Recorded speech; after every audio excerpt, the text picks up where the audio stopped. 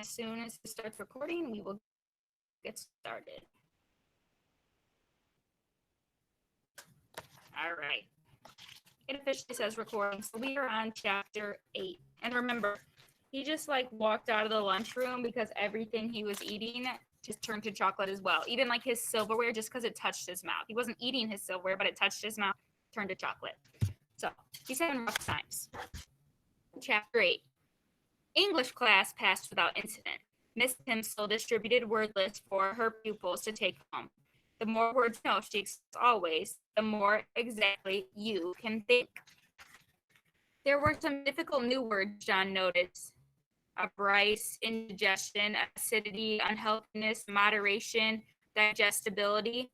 As Miss Pimsel explained the meaning of each one, it seemed to John as though all had a special bearing on his present uncomfortable condition.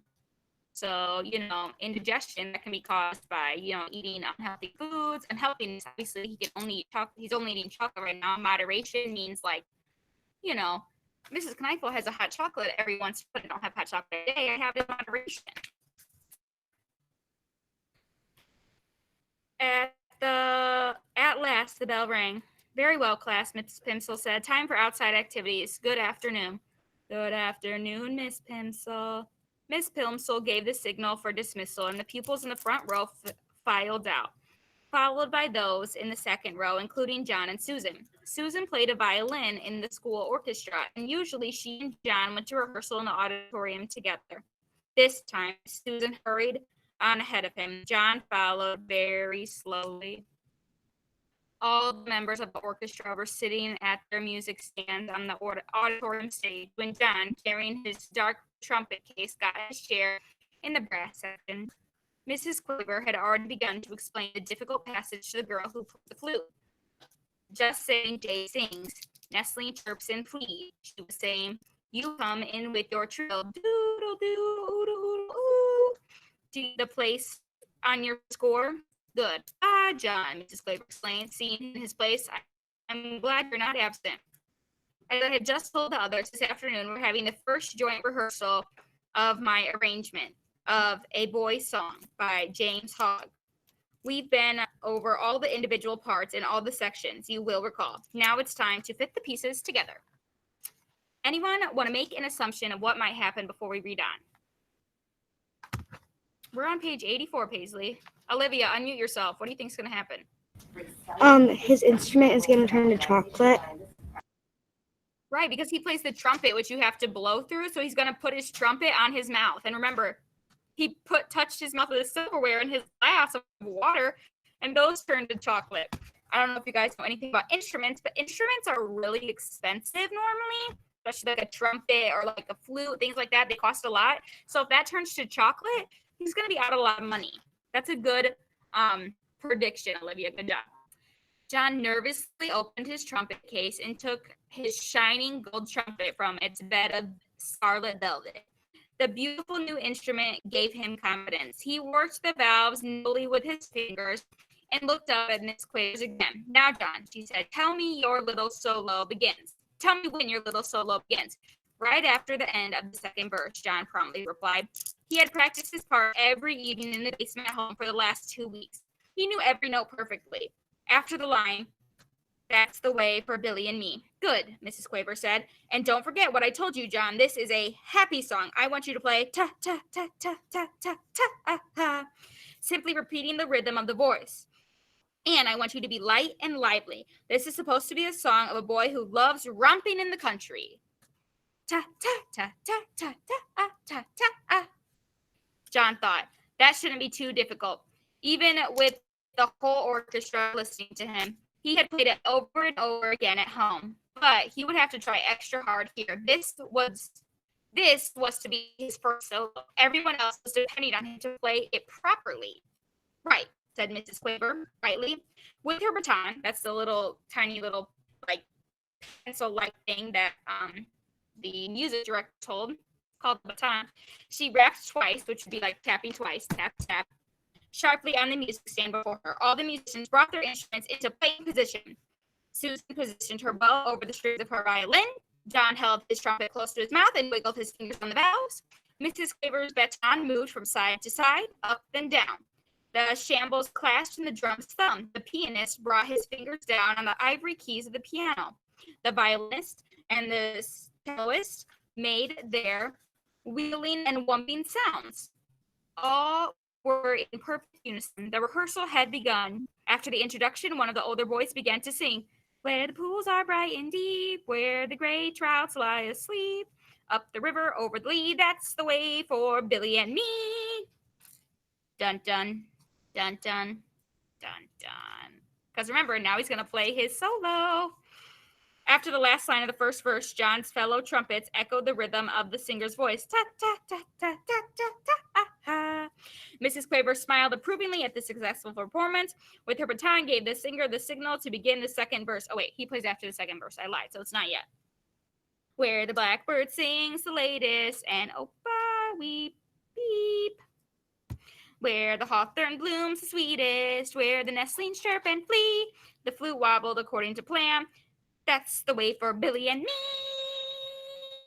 I know Mrs. Knife should clearly be in a choir. John swallowed with effort and put the mouthpiece of his trumpet to his lips for the solo. The mouthpiece instantly changed to chocolate. Then, almost as fast as the chocolate spread along the instrument, changing all the flashing gold into dull brown. The first note came out fairly true. Ta! The chocolate trumpet cannot withstand much pressure. The hole in the mouthpiece softened and clogged up, and the valve stuck.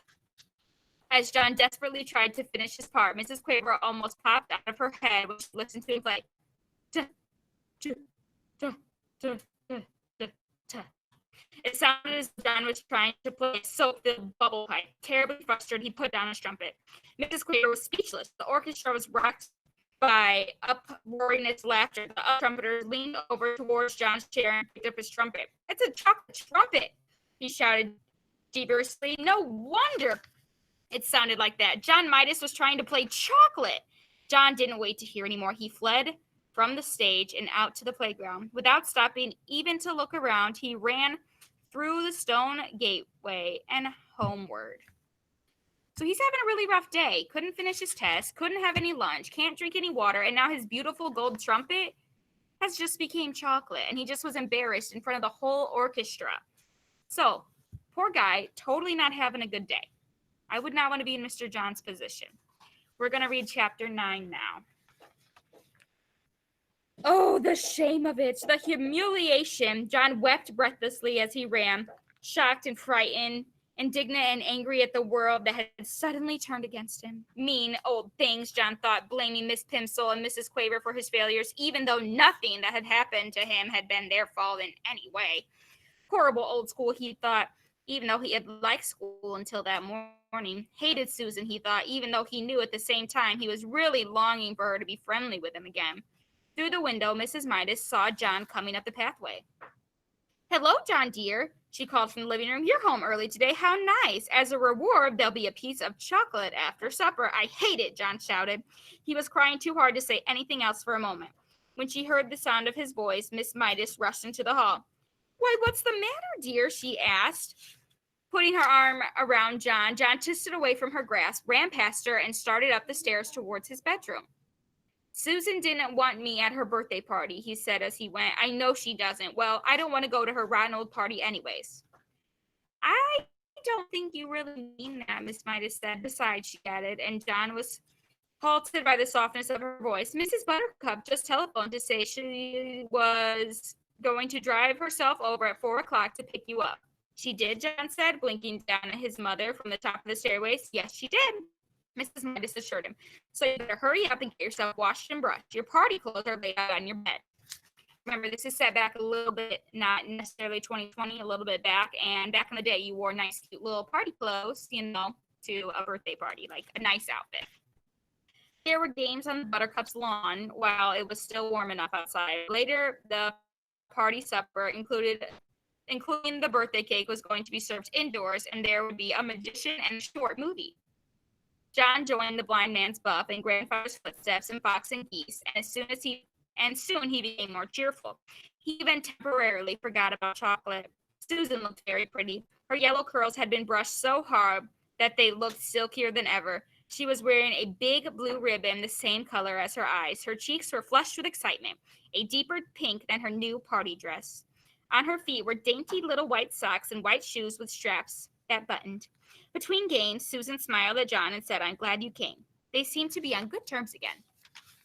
Then Mrs. Buttercup approached, bringing a bucket of water from the garage. He set it down in the middle of the lawn without spilling a single drop. "We're going to duck for apples," Susan whispered to John. "The boys against the girls. You can be captain of the boys' team." The two teams lined up for a race, Susan leading the girls and John the boys. "The idea is this," Mr. Buttercup explained. "When I say go." "Not yet, John." "Susan and John will run to the bucket. There are 12 apples floating in a bucket and 12 people in the race.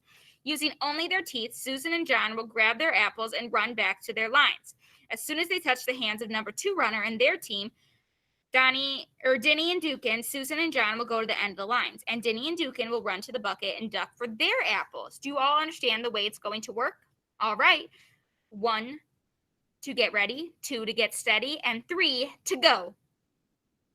Does everyone know what like bobbing for apples is? Everyone knows what that is? Clearly no one's doing that in 2020 because that'd be full of germs, putting your mouth in a bucket with other apples. So I don't recommend to do that, but I wouldn't do it anyways because that freaks me out. But he's about to put his mouth in a bucket full of water and apples. What do we think's going to happen? Anyone want to make a prediction? Molly, unmute yourself. Make a prediction for me, ma'am. It's going to turn to chocolate. Yeah. So potentially they're about to have their heads in a bucket of chocolate, which will probably make a mess, right? And he just explained how beautiful Miss Susan looked in her brand new like party dress and stuff. And remember, he's in nice clothes too. So we'll see how this turns out. Susan bounded ahead like a jackrabbit and had her face deep in the bucket by the time John reached his side and crouched down for his apple. He got his eyes on a big red one. It stalked jutting up conveniently for him to grab. He lowered his face, opened his mouth, and lunged. Somehow his nose reached the apple before his teeth did, and it pushed below the surface of the water. John's mouth followed the apple down. Then a terrible thing happened. The clear water in the bucket turned into dark brown, sweet, liquid chocolate. Susan and John immediately pulled their heads back, but it was too late. Their faces were drenched with chocolate syrup. "Oh," Susan exclaimed, wiping chocolate out of her eyes. Chocolate syrup dripped down all over her delicate pale pink dress. "Oh," she moaned. John was in a state. There was chocolate all over his face. There was chocolate on his white shirt front and on his gray flannel shorts, and there was a chocolate in his mouth. "Blech," John said. "Blech." Susan was too surprised and too angry to speak. For the second time that day, she turned her back on John and ran away from him. Mrs. Buttercup offered to clean John up, but he couldn't bear to stay at the party another minute. He started off at once for home. Once again, he's having a terrible stinking day, this poor guy. All right, we are going to stop there today. You have, that means 13 minutes to work on your questions. Before you leave, don't leave yet. Tomorrow is an e-learning day. You do not have reading RTI on an e-learning day. But while you're at home, I'm suggesting if you're behind on your chapter questions and answers, maybe you should do that. Monday, we're going to finish the book, okay? Monday, we will finish the book. Oh, wait, maybe not. I lied. Tuesday, we will finish the book. So that means Wednesday morning, your questions and answers will be due, okay? So Tuesday, we will finish the book. Wednesday, your questions and answers will be due, okay? So no reading RTI tomorrow, but if I were you, I would work on your questions if you're behind. You guys have 12 minutes to go work on your questions and answers right now. Goodbye. Miss Kneifel, Yes. there's something wrong with my Google Docs. Everything is so tiny and I can't see or read anything. And I can't see it. Like, it's too tiny. Even the top of the thing is tiny. You just need to zoom in on your screen, or make the I'll take the girls. highlight it and make the font bigger. I'll look at it. Yes, Paisley, we're having Math RTI. Why wouldn't we have Math RTI? Go from there, I guess. I'm sure Math RTI is on Mrs. Jones's schedule for the day.